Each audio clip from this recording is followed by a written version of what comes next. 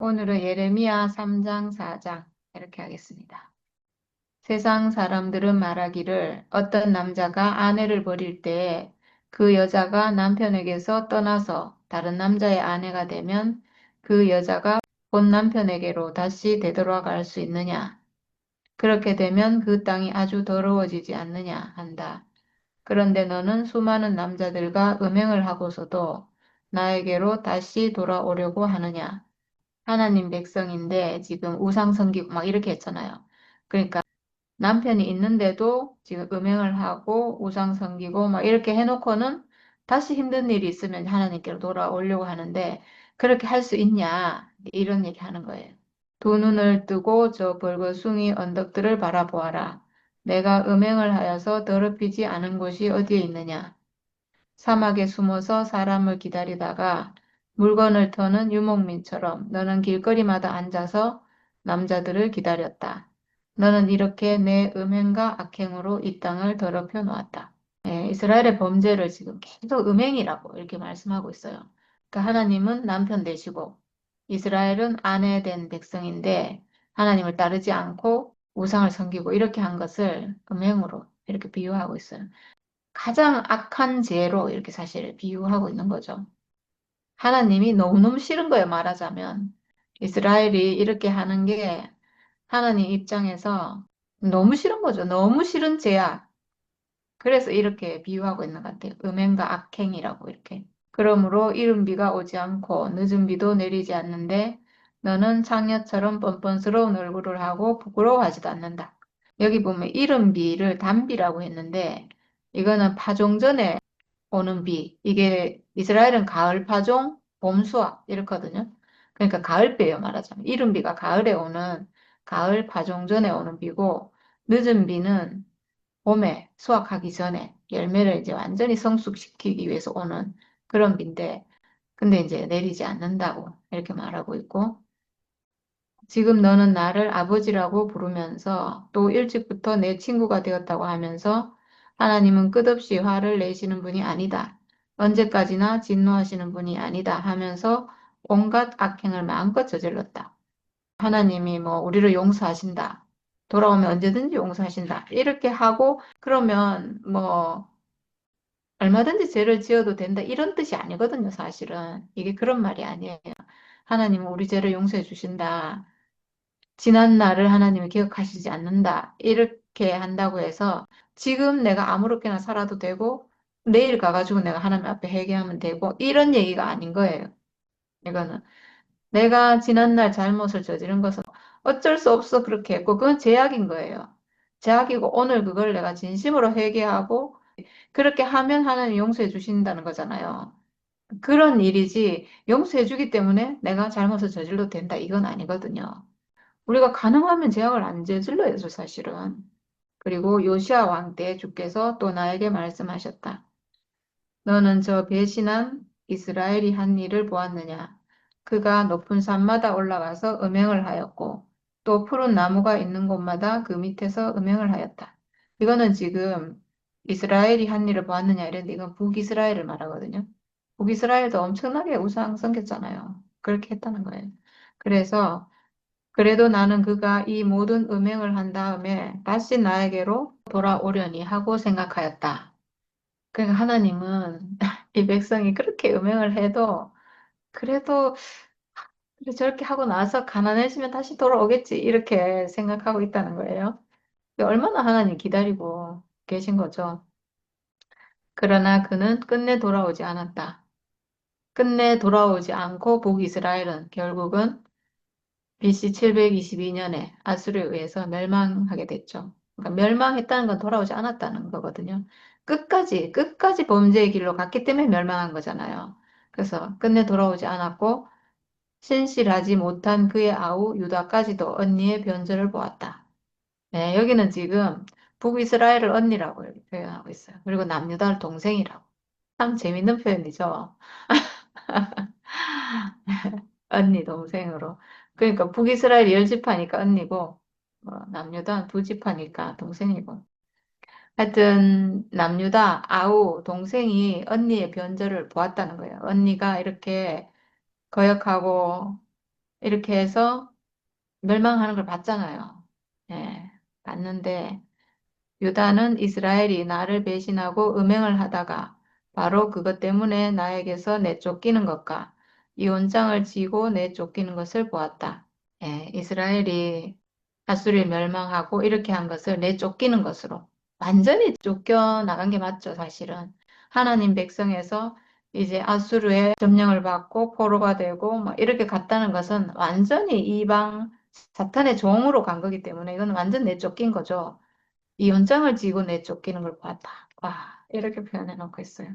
그렇게 했는데도 불구하고, 그러나 이 신실하지 못한 아우 유다가 두려운 줄도 모르고 오히려 자기도 가서 음행을 하였다. 그것을 내가 직접 보았다.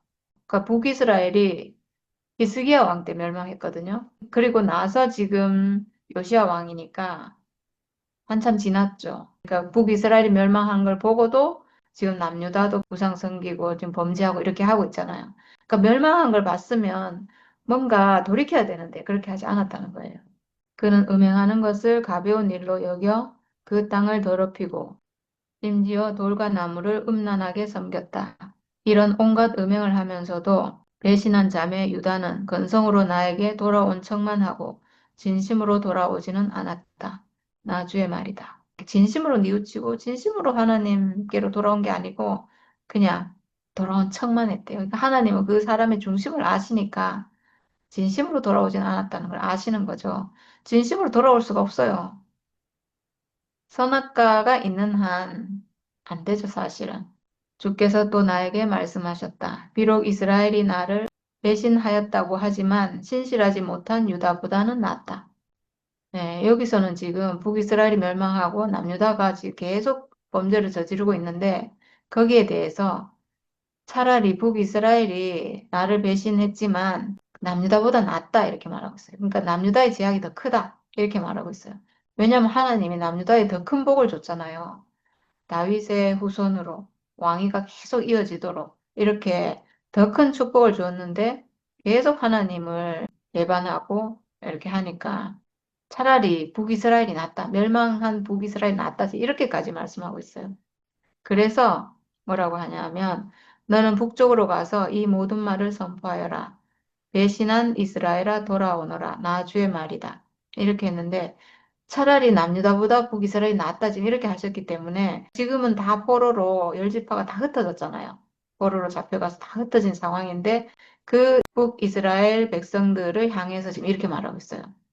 배신한 이스라엘아 돌아오너라. 내가 다시는 노한 얼굴로 너를 대하지 않겠다. 나는 자비로운 하나님이다. 나 주의 말이다. 내가 너를 영원히 품지는 않겠다. 다만 너는 너의 죄를 깨달아라. 너는 너의 주 하나님을 배반하고 떠나서 푸른 나무마다 찾아다니며 그 밑에서 다른 신들에게 너의 몸을 내맡겼으며 나에게 순종하지 않았다. 너는 이것을 깨달아라. 나 주의 말이다. 나를 배신한 자녀들아 돌아오너라. 나 주의 말이다. 내가 너희의 보호자다.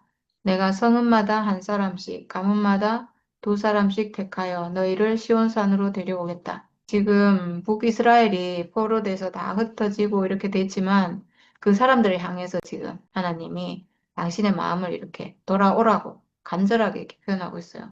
돌아오면 내가 너희를 시온산으로 이끌겠다. 그때 내가 마음에 맞는 목자들을 너희에게 세워주겠다. 그러면 그들이 지식과 훈계로 너희를 양육할 것이다. 그때가 이르러서 너희가 이 땅에서 번성하여 많아지면 아무도 다시는 주의 언약궤를 말하지 않을 것이다. 그것을 다시는 마음속에 떠올리지도 않을 것이며 기억하거나 찾지도 않을 것이다. 그것이 필요도 없을 것이다. 이렇게 했어요. 그러니까 돌아오면 내가 너희를 시온으로 이끌 것이고, 그리고 이 땅에서 번성하여 많아지면, 회복이 되면, 돌아오면, 그렇게 해서 이제 한 나라가 이루어지면, 그러면 다시는 주의 언약궤를 말하지 않을 것이다. 언약궤가 구약에는 굉장히 중요한 거잖아요. 하나님의 임재거든요. 근데 이제 다시는 주의 언약궤를 말하지 않을 것이다. 그러니까 여기는 지금 언약궤하고 사람이 따로잖아요. 구약에는. 그 예표로 언약궤가 딱 있는데 하나님과 사람이 연합하는 어떤 사람을 예표하기 위해서 언약궤가 있는데 근데 이제 아무도 다시는 주의 언약궤를 말하지 않을 것이다. 그것을 다시는 마음속에 떠올리지도 않을 것이고, 기억하거나 찾지도 않을 것이고, 그것이 필요도 없을 것이다. 회복이 됐으니까 그 말이거든요. 회복이 되면, 사람이 회복되면 주의 언약궤가 필요가 없죠. 왜냐? 사람 자체가 언약궤가 되니까. 그렇게 될 거라는 거예요. 그걸 지금 얘기하고 있어요. 돌아오라. 그러면 사람 자신이 이 돌아왔다는 자체가 하나님과 함께 거할 수 있는 사람으로 돌아오는 거잖아요. 그때는 누구나 예루살렘을 주의 보호자라고 부를 것이며, 예, 그때에는 회복된 사람이 회복되는 그때에는 예루살렘을 주의 보호자라고 부를 거라는 거예요. 전에는 회복되지 않았을 때는 주의 언약궤, 요것만이 하나님의 보호자예요. 여기만 오실 수 있으니까. 근데 이제 회복이 되면 이 예루살렘이라는 것은 이스라엘 백성들이에요, 말하자면. 백성들로 이루어진 게 예루살렘이잖아요. 그러니까 지금 이 백성이 회복이 돼서 예루살렘이 이루어지면, 한 나라가 이루어지면, 그러면 그 예루살렘을 주의 보호자라고 할 것이다. 사람들로 이루어진 성, 사람들로 이루어진 예루살렘. 사람이 하나님의 보호자로 회복이 되면, 그러면 이제 언약궤가 필요가 없게 되잖아요. 그렇게 될 것이다. 문 민족이 그리로 예루살렘에 계시는 주님 앞으로 모일 것이다. 그들이 다시는 자기들의 악한 마음에서 나오는 고집대로 살지 않을 것이다. 네, 악한 마음으로 선악과의 통치를 받는 내 마음대로 하는 내 생각대로 하는 그 마음에서 나오는 고집대로 살지 않을 것이다. 고집대로 살지 않는다는 것은 하나님 뜻대로 살 것이다. 이 말이죠.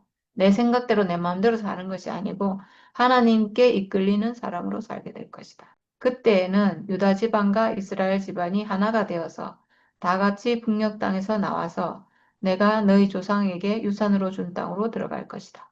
네, 이게 하나님의 영원한 목표예요. 그때에는 회복이 되는 그때에는 사람이 회복되는 그날에는 유다 지방과 이스라엘 집안이 하나가 되어서 그러니까 하나가 되는 게 하나의 목표인 거예요. 어쩔 수 없는 거역과 범죄 때문에 이스라엘이 이렇게 갈라졌거든요. 우리 교회도 지금 갈라졌고, 갈라졌는데 하나님 목표는 갈라지는 게 아니고 하나 되는 거예요. 사람과 사람도 하나가 되고, 하나님과 사람도 하나가 되고, 이렇게 그날에는 하나가 되잖아요. 북이스라엘은 멸망했고, 남유다도 지금 멸망을 앞에 놓고 있고, 이런데, 근데 그날에는 다 하나가 된다는 거예요. 다 같이 북녘 땅에서 나왔어. 북녘 땅은 저 위에 아수르 바벨론 포로된 땅에서 돌아와서 그러니까 이 말은 뭐겠어요? 사람이 선악과에서 벗어나서 사탄의 통치에서 벗어나서 그리고 내가 너희 조상에게 유산으로 준 땅으로 들어갈 것이다. 유산으로 준 땅, 내 육체, 내 육체를 내가 회복할 것이다. 하나님 형상으로서의 내 육체를 회복하게 될 것이다. 이렇게 하나님은 이걸 원하시는 거예요. 나는 스스로 이렇게 생각하였다. 내가 너희를 나의 자녀로 삼고 너희에게 아름다운 땅을 주어서 뭇 민족 가운데서 가장 아름다운 유산을 받게 하면 너희가 나를 아버지라고 부르며 나만을 따르고 나를 떠나가지 않을 것이라고 생각하였다. 그런데 이스라엘 백성아, 마치 남편에게 정절을 지키지 않는 여인처럼 너희는 나를 배신하였다. 나 주의 말이다. 야, 우리 하나님 정말 이렇게 생각하시는구나. 이렇게 우리에게 좋은 것을 줘서 영원히 우리와 함께 하자고 하시는 분이구나. 얼마나 좋아요. 얼마나 마음이 따뜻해져요, 진짜. 우리 하나님 너무 좋으신 것 같아요. 그런데 이스라엘 백성은 남편에게 정절을 지키지 않는 여인처럼 너희는 나를 배신하였다. 와, 이게 하나님 생각이라는 거죠. 하나님 마음이라는 거죠.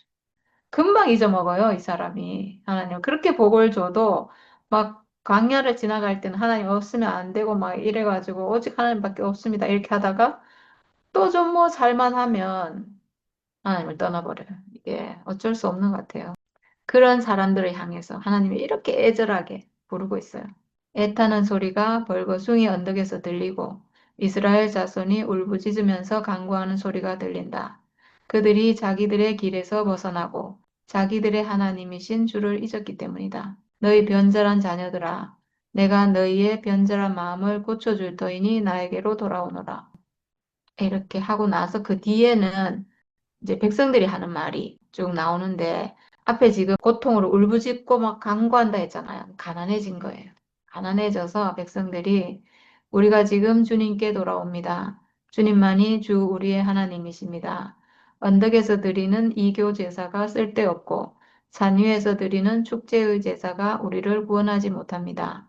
이스라엘의 구원은 진실로 주 우리의 하나님께만 있습니다. 옛부터 우리 조상이 애써서 얻은 모든 것을 그 수치스러운 우상이 삼켜버렸습니다. 우리 조상이 애써 모은 양떼와 소떼와 아들과 딸들을 모두 삼켜버렸습니다. 그러므로 이제 우리는 수치를 요로 깔고 부끄러움을 이불로 덮겠습니다. 우리 조상이 아득한 옛날부터 오늘날까지 주 우리 하나님께 죄를 지었기 때문입니다. 주 우리 하나님께 순종하지 않았기 때문입니다. 네, 이렇게 이제 백성들의 회개, 고난이 오니까 이제 다시 하나님 앞으로 돌아와서 회개하는 이런 말씀이 나오고요. 3장은 이렇게 끝나고 에레미야 4장입니다. 이스라엘아, 정말로 내가 돌아오려거든 어서 나에게로 돌아오너라. 나 주의 말이다. 내가 싫어하는 그 역겨운 우상들을 내가 보는 앞에서 버리고 너의 마음이 흔들리지 않으면 그리고 내가 주의 살아계심을 두고 진리와 공평과 정의로 서약하면 세계 만민이 주의 복을 받고 그들도 주를 자랑할 것이다. 참으로 나 주가 유다 백성과 예루살렘 주민에게 말한다. 가시덤불 속에 씨를 뿌리지 말아라. 묵은 땅을 갈아엎고서 씨를 뿌려라.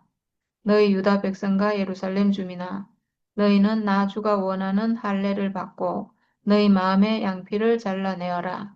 그렇지 않으면 너희의 악한 행실 때문에 나의 분노가 불처럼 일어나서 너희를 태울 것이니 아무도 끌 수 없을 것이다. 3장 마지막에 이제 백성들이 회개했다고 했잖아요. 그래서 하나님이 돌아오라고 이렇게 하시는데 정령 돌아오려거든 나에게로 돌아오고 그런데 그냥 올 수는 없잖아요. 그냥 올 수는 없고 내가 싫어하는 그 역겨운 우상들을 내가 보는 앞에서 버리고 돌아오라는 거예요. 우상이 내 마음속에 있잖아요. 내 마음속에 우상이 막 대단한 상을 세워놓고 내가 섬기는 게 아니고 내가 내 마음대로 하는 거. 내 좋아하는 대로 하는 거, 뭐 이런 거죠. 하나님 뜻대로. 나는 하나님 형상대로, 하나님 표현할 자인데, 그게 아니고 내 마음대로. 그러니까 내 마음대로 사는 이게 사람이 강해요. 엄청 강해요. 내 마음대로, 내 좋을 대로. 이게 우상인데, 이거 어떻게 끝내겠어요? 그러니까 우리가 지금 이스라엘을 보면, 왜 이렇게 거역하나 이런 생각 들잖아요. 그거 아니에요. 당연해요. 우리도 지금 뭐 내 맘대로 살기가 좋지. 내 좋을 대로 살죠, 사실은 사람이. 그러니까 이게 우상이 내 마음속에 있다니까요. 내가 하나님 형상이라면 내가 하나님 뜻대로, 하나님 좋으실 대로, 내 원대로 마옵시고 아버지 뜻대로. 이게 돼야 되는데 이게 선악과가 내 안에 있으면 내가 주인이 돼가지고 안 되거든요. 그래서 그 우상, 그 우상을 버리고 와야 된다는 거죠. 그 우상이 있는 채로 갈 수가 없어요, 사실은. 우상은 선악과인데, 내가 선악과가 내 안에 있는 채로 내가 하나님 앞에 절대로 갈 수가 없잖아요. 하나님 나에게 당겨질 수가 없잖아요. 그래서 하나님이 돌아오라고 하시긴 하시는데, 근데 그냥은 돌아올 수가 없고, 네 안에 있는 우상을 버리고 와야 된다. 이렇게 하시는 거죠.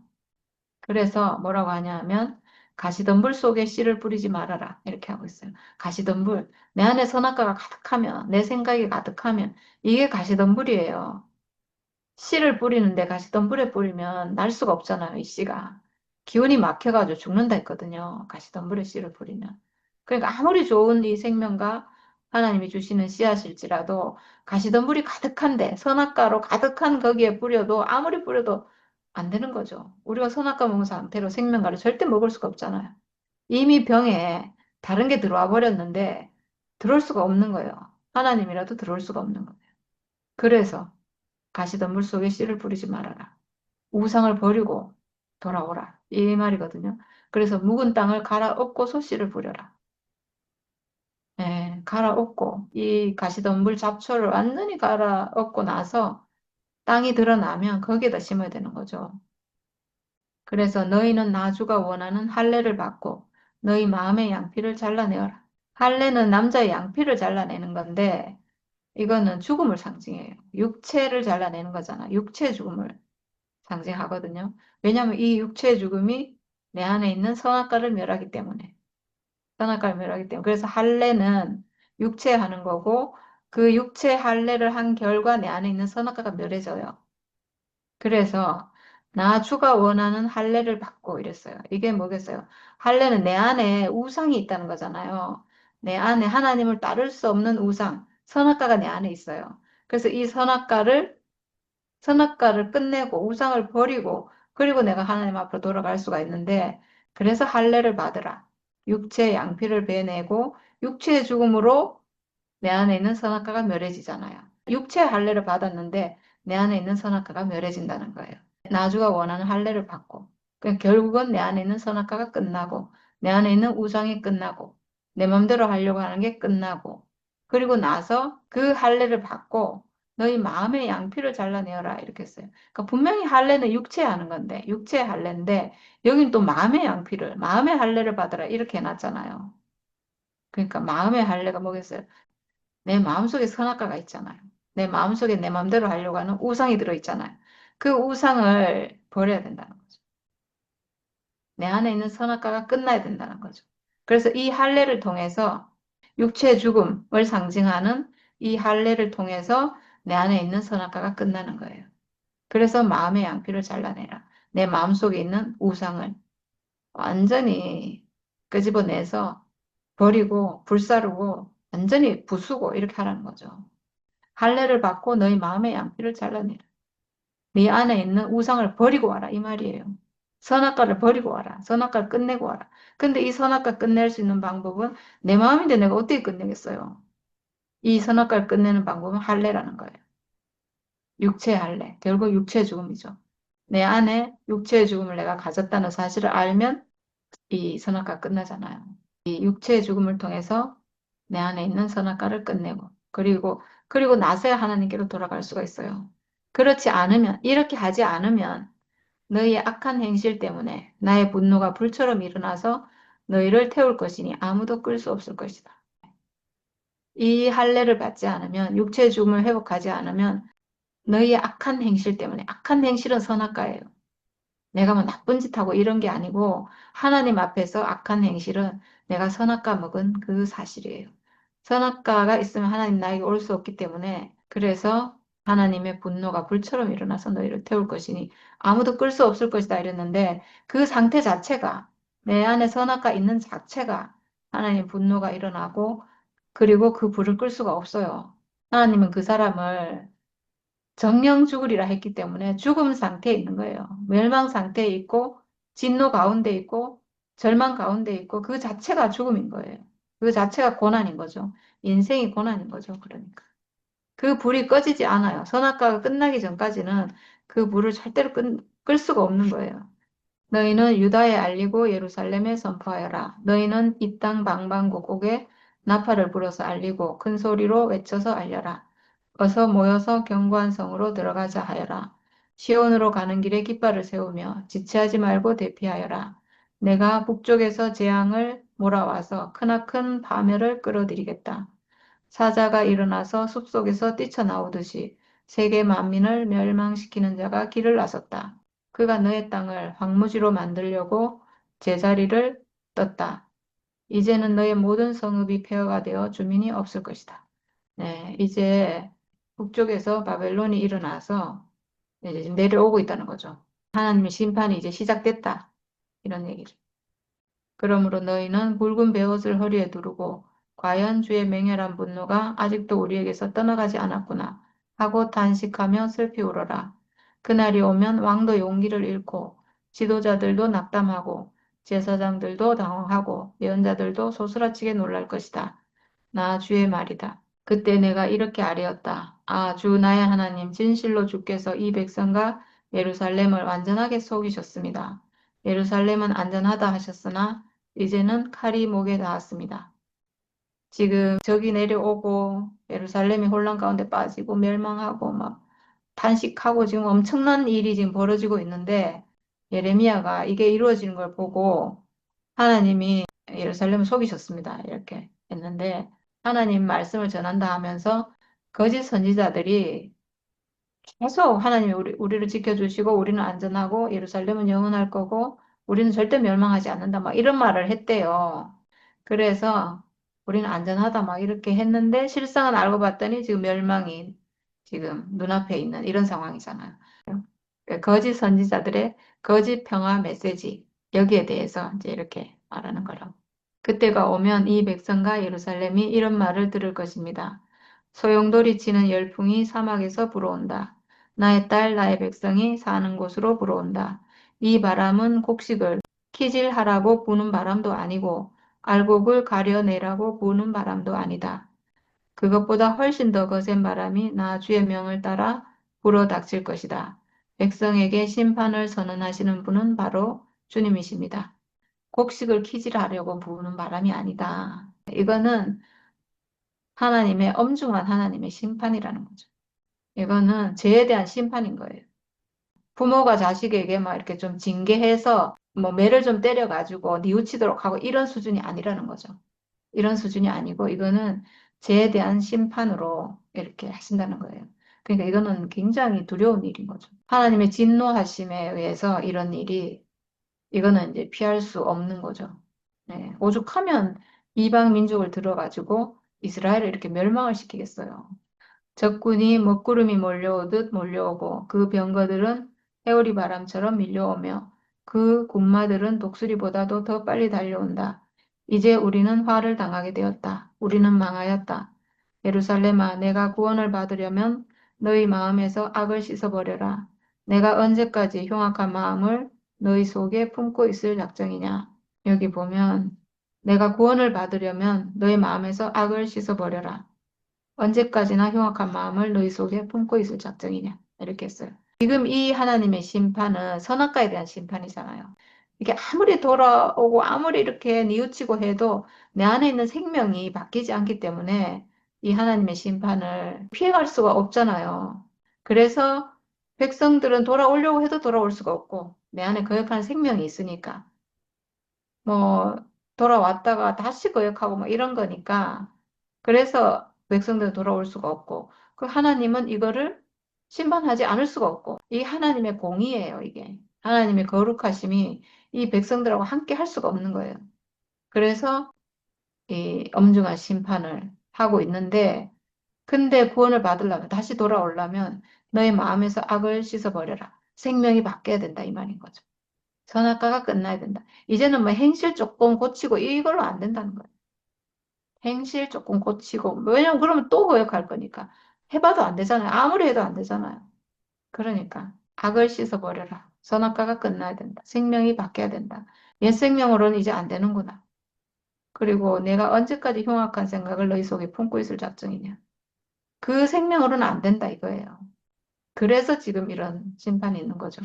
그래서 지금 이제 그 바벨론이 침략해서 내려오고 있는데 단에서부터 단이 제일 북쪽 끝에 있잖아. 거기로 지금 침략해 들어오고 있는 거예요. 그래서 단이 소리친다. 에브라임 산이 재앙의 소식을 전하여 이르기를 이 소식을 여러 나라에 알리고 예루살렘에 전하여라. 적군이 먼 땅에서 몰려와서 에워싸고 유다의 성읍들 쪽으로 전쟁의 함성을 지른다. 적군이 논밭지기들처럼 사방으로 예루살렘을 둘러싼다. 그 도성이 주께 반역하였기 때문이다. 논밭지기들처럼 논밭을 지키는 사람들이 논밭을 삥 둘러싸듯이 이 적들이 예루살렘을 삥 둘러쌌다는 거예요. 너의 모든 길과 행실이 너에게 이러한 재앙을 불러왔다. 바로 너의 제약이 너에게 아픔을 주었고 그 아픔이 너의 마음속에까지 파고들었다. 네. 제약은 뭐 이스라엘이 이런 죄 저런 죄 많이 짓고 사람도 이런 죄 저런 죄 많이 짓는데 모든 죄는 사람이 선악과 먹은 거예요. 선악과의 통치를 받는 거예요. 그러니까 또 회복은 선악과 끝나기만 하면 되는 거예요. 그러니까 아주 쉽죠, 사실은. 이 범죄도 선악과로 인한 것이기 때문에 선악과 안에 있으면 끝낼 수가 없고 그래서 하나님의 심판에서 피해갈 수가 없고 피해갈 수가 없어요. 안 되니까.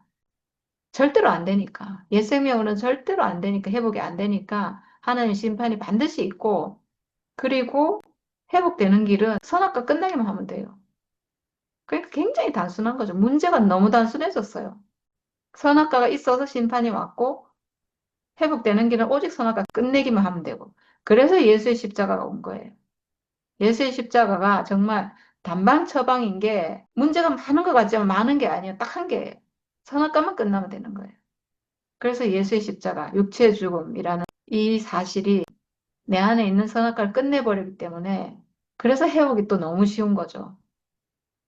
옛 생명 안에 있으면 이 심판을 피해갈 수가 없고 새 생명 안에 있으면 회복이 너무 쉽고 이런 거예요. 너무 쉬운 대책을 하나님이 세워주신 거죠. 지금 여기 이스라엘을 보면 너무너무 어렵잖아요. 아무리 해도 안 되고 아무리 해도 음행이 되고 하나님을 떠나고 돌아오려고 아까도 또 막 회개하고 이렇게 했잖아요. 회개하고 지금 또 안 되잖아요.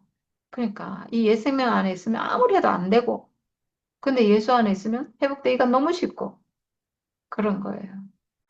네, 그 다음에 이제 이렇게 지금 막 적이 쳐들어오고 이제 이런 걸 보고 예레미야의 탄식이 그 뒤에 막 나와요. 아이고 배야 창자가 뒤틀려서 견딜 수 없습니다. 아이고 가슴이야 심장이 몹시 뛰어서 잠자코 있을 수가 없습니다. 나팔 소리가 들려오고 전쟁의 함성이 들려옵니다. 재난에 재난이 꼬리를 물고 일어납니다. 온 나라가 항무지가 됩니다. 호련히 나의 천막집도 무너지고 순식간에 나의 장막집도 찢깁니다. 저 전쟁 깃발을 언제까지 더 바라보고 있어야 합니까? 저 나팔 소리를 언제까지 더 듣고 있어야만 합니까?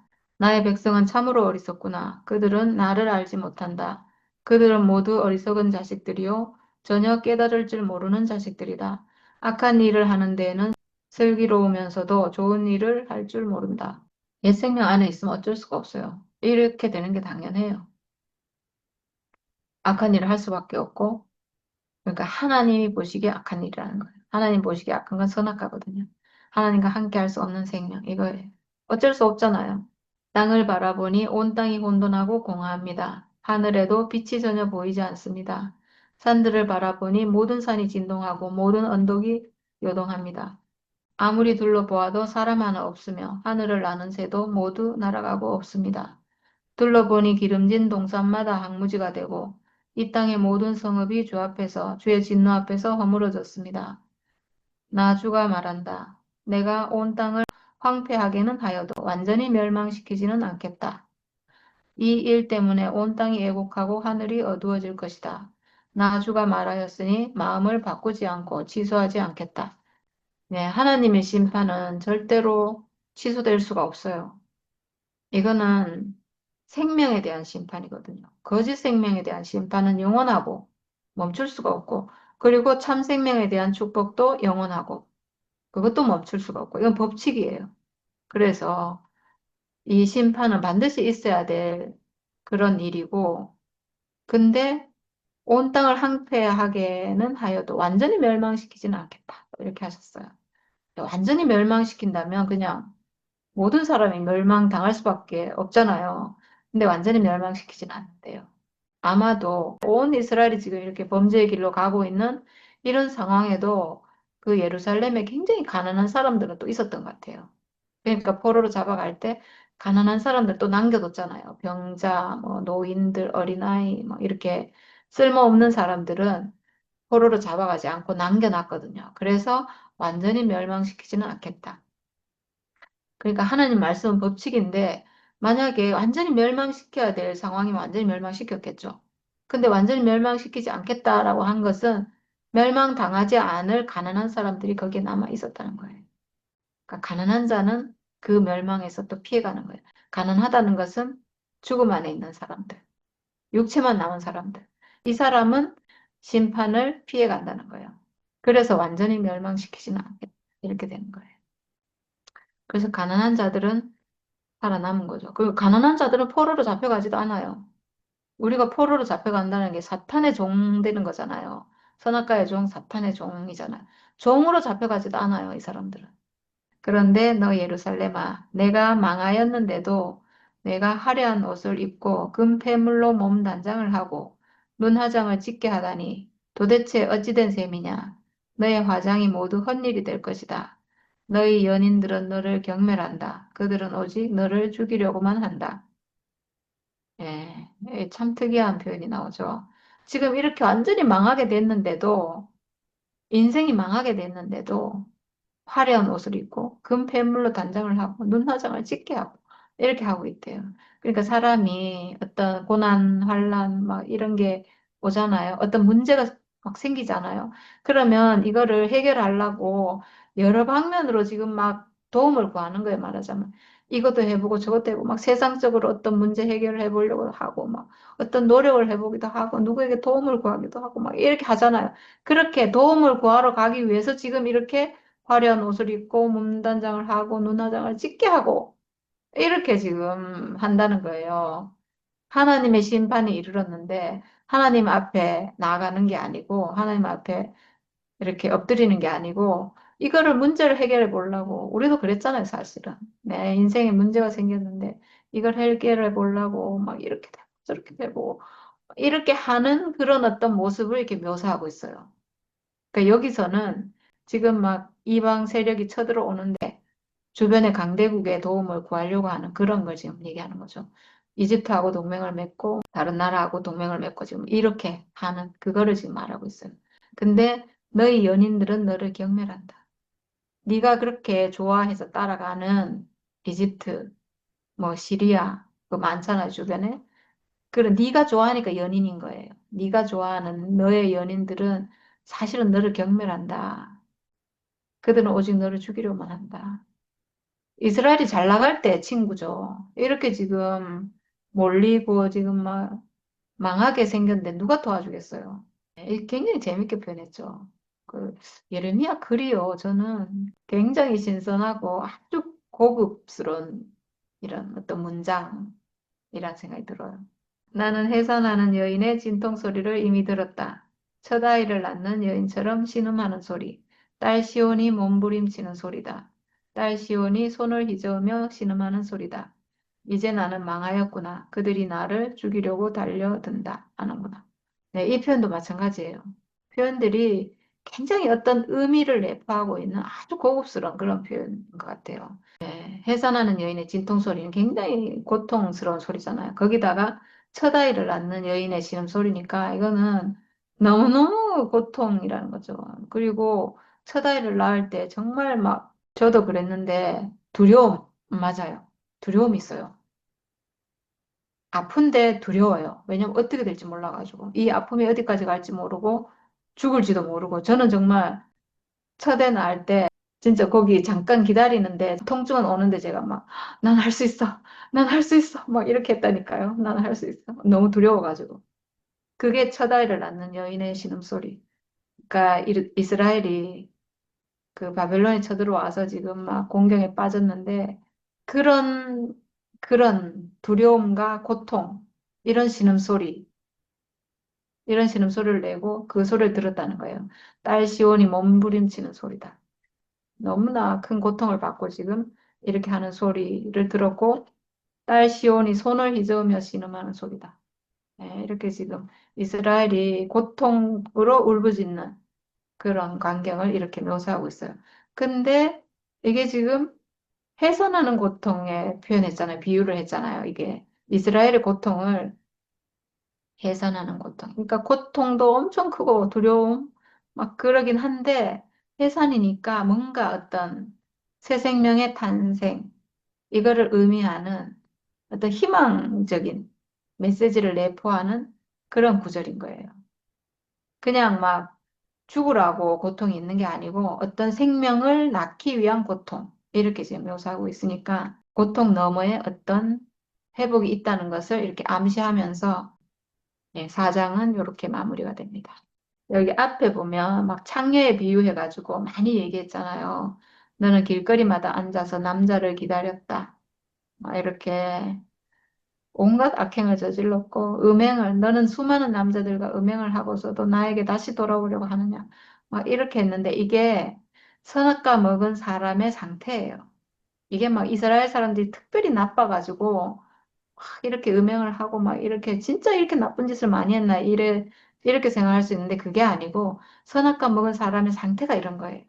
선악과 먹은 사람은 내 안에 지금 다른 주인이 들어와 있잖아요. 천사, 선악과 사탄이 내 안에 주인 노릇하고 있기 때문에 내가 분명히 하나님을 백성, 하나님의 형상으로 지어지긴 지어졌는데, 그래서 내 마음으로 하나님께 돌아가고 싶은데, 하나님 나의 남편인 걸 아는데, 내 안에 다른 남편이 있어가지고, 자꾸 그 다른 남편을 따라가고, 다른 남편을 섬기고, 그러니까 하나님이 나에게 오셔가지고 막 또 이렇게 내가 하나님께로 가야지. 하나님이 나의 정말 나의 주님이야. 이렇게 막 가다가 또 내 생명이 거역하는 생명이 내 안에 있잖아요. 그럼 또 거역하고 또 우상 섬기고 그래서 음행이 되고 본 남편을 두고 내가 다른 남자에게 가는 거니까 음행이 되고 장녀처럼 되고 이렇게 계속 그걸 반복하는 거예요. 이게 선악과 먹은 사람의 상태예요. 이스라엘이 더 나빠서가 아니고 선악과 먹은 사람 다 이래요, 다. 좋은 사람도 있고, 막 정말 괜찮은 사람도 있고, 막 뛰어난 사람, 막 아름다운 사람 정말 많은데 하나님 앞에서는 다 이렇다는 거예요. 하나님께로 돌아가는 데 있어서는 선악과가 내 안에 있는 한 나는 하나님께로 가지 못해. 가고는 싶은데 갈 수가 없고 이미 나를 차지하고 있는 생명이 있어서 그런 사람의 상태를 지금 이스라엘 백성을 통해서 이렇게 표현하고 있는 거예요. 이스라엘 특별히 나빠서가 아니에요. 나예요, 나. 선악과 먹은 사람이에요, 그냥. 모든 사람이. 모든 사람이 다 그렇다는 거예요. 그러니까 하나님의 심판이 사실은 이 이스라엘을 심판하는 하나님의 심판이 이 선악과 먹은 이 사람에 대한 심판인 거죠. 네. 다른 얘기가 아니에요. 내 얘기죠, 사실은. 회복되기 전 내 얘기. 선악과의 통치를 받던 나에 대한 심판이고, 네, 내가 범죄했던 사람이고. 사람이 그렇다는 얘기거든요. 그래서 회복되라고 하나님 앞으로 돌아오라고 이렇게 말씀하시고 있고 예. 그래서 결국은 예수를 주지 않으면 안 돼요. 사람은 절대로 안 돼요. 선악과를 끝내야 되는 거니까 우리가 조금 좋은 사람 되는 거라면 조금 뭐 행실을 개선하고 조금 변화되고 그리고 우리가 전에 목사님 보면서 우리가 나도 목사님처럼 살아야지 이러면서 조금 좋아지고 행실 좀 좋아지는 거면 그렇게 하면 될 거예요. 근데 이거는 그런 문제가 아니고 생명이 바뀌어야 돼요. 내가 좋은 사람 되는 게 아니고 옛 생명은 끝나고 새 생명으로 완전히 거듭나야 되는 문제이기 때문에 예수가 오지 않으면 절대로 방법이 없어요. 그래서 예수의 십자가가 복음인 거죠. 예수께서 오셨다는 게 그래서 복음인 거예요. 기쁜 소식. 사람에게 기쁜 소식인 거예요. 네. 우리도 이 구약 안에서 정말 오래 살았고, 또 우리도 뭐 영원히 이렇게 살 수밖에 없는 사람인데, 이제 우리가 예수 안에서 신약으로 회복이 돼서 하나님의 이런 심판을 받지 않아도 되는 그런 사람으로 회복돼서 지금 이 성경을 보고 있다는 게 정말 너무 큰 축복입니다. 네, 감사합니다. 에레미야는 진짜 문학가라. 네, 진짜. 이거 뭐 고통 뭐 당하고 이카이 막 그거를 막 여인의 뭐 음, 해서는 고통에 비하고 막 하여튼 막 작가인가 봐 작가. 놀랍죠? 이게 진짜 놀라워요. 사는 그게 말이지 정말 다르네. 여기 3장 앞에서부터 표현들이 기가 막혀요. 어, 음, 문학적이다 문학적. 네,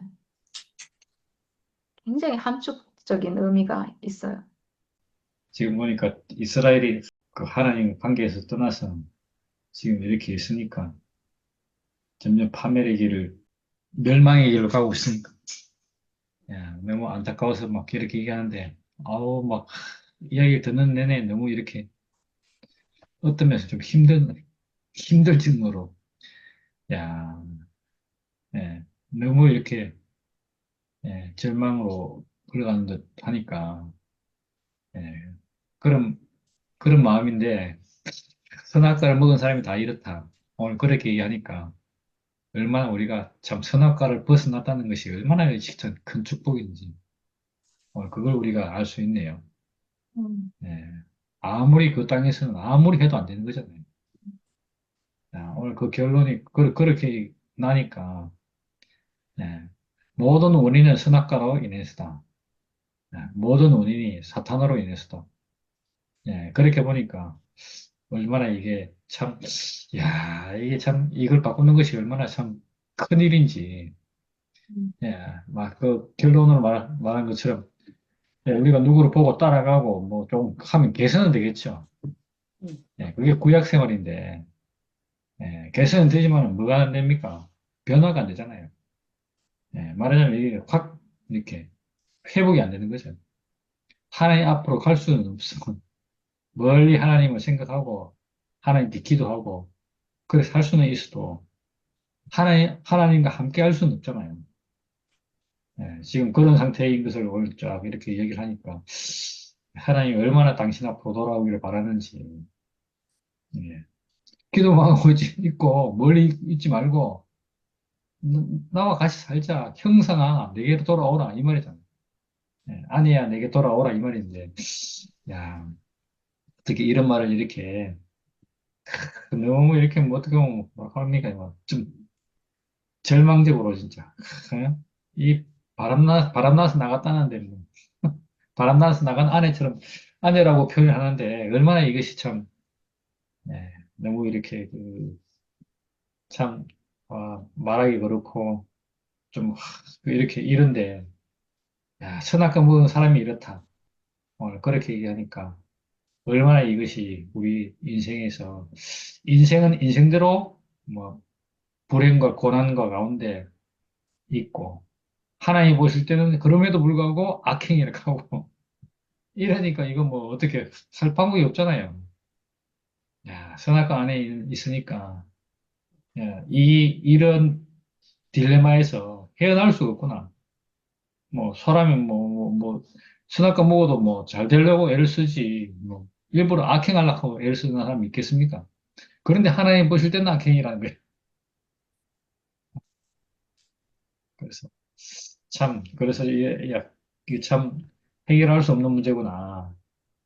그런데 이게 이제 진짜 회개하고 하나님 앞으로 회복되면, 야, 그 안에서는 뭐 진짜 아무것도 안 하고 있어도 축복이잖아요.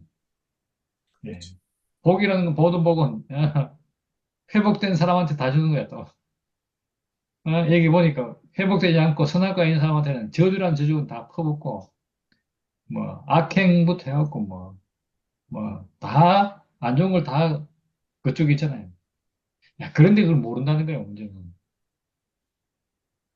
사람이 좀 개선되면 됐지 뭐. 그 정도면 생각하지.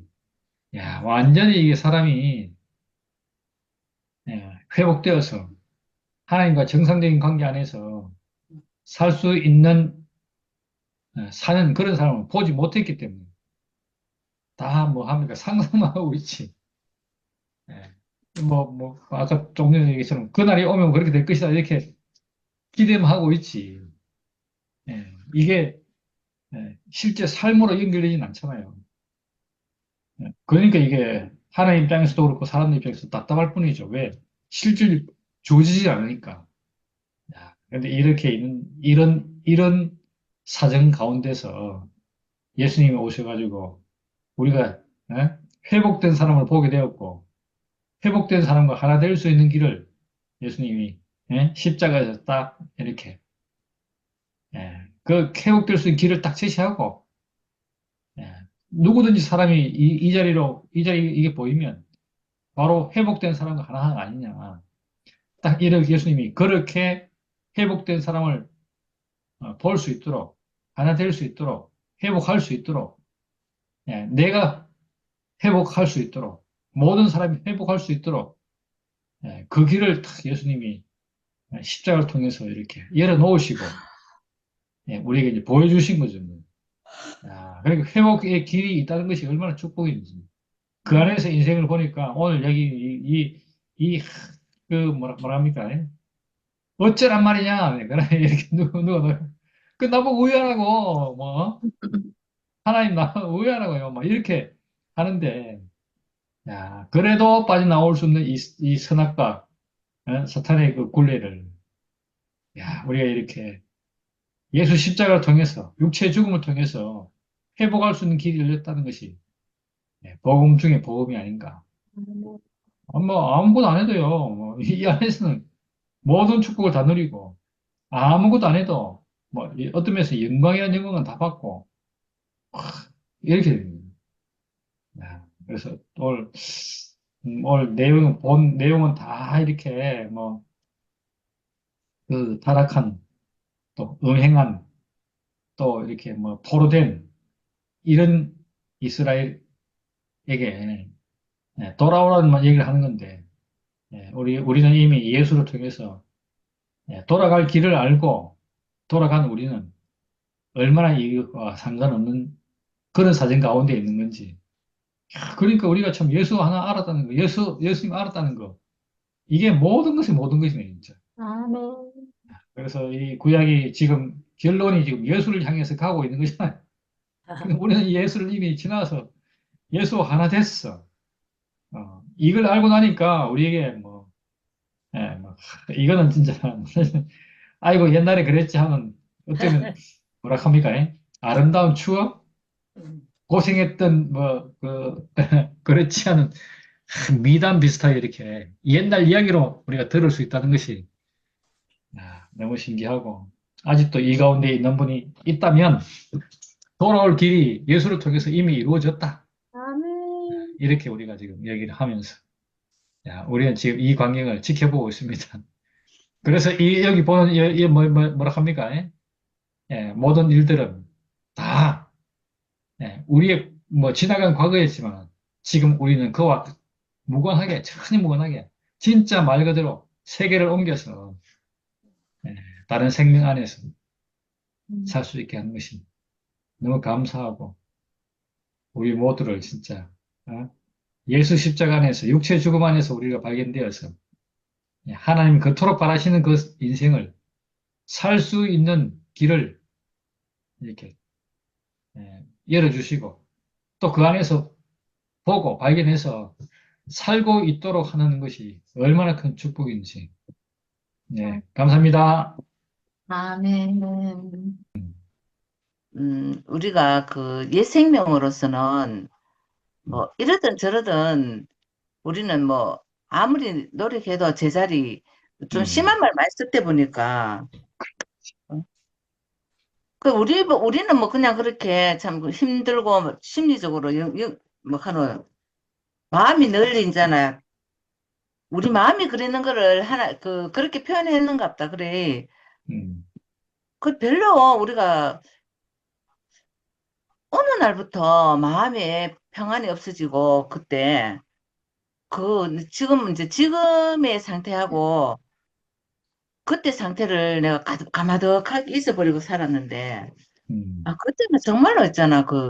어떻게 살았나 싶어도 숙녀리 아기 낳을 때, 막연하게 두려웠듯이 어떤 상황이 벌어질지 모르듯이, 우리 인생이 진짜 한치 앞도 모르니까 늘 그런 속에, 나도 늘 어릴 때부터 그러는 것도 아니고, 어, 하여튼 그런 증상이 교회 와가지고 있으면서 그런 증상이 나타나기 시작했거든. 그러니까 음, 너는 하나님을 떠난 사람이라 하는 거를 그 한 가지 살아남는 것 같아. 에레미야서 들어보니까.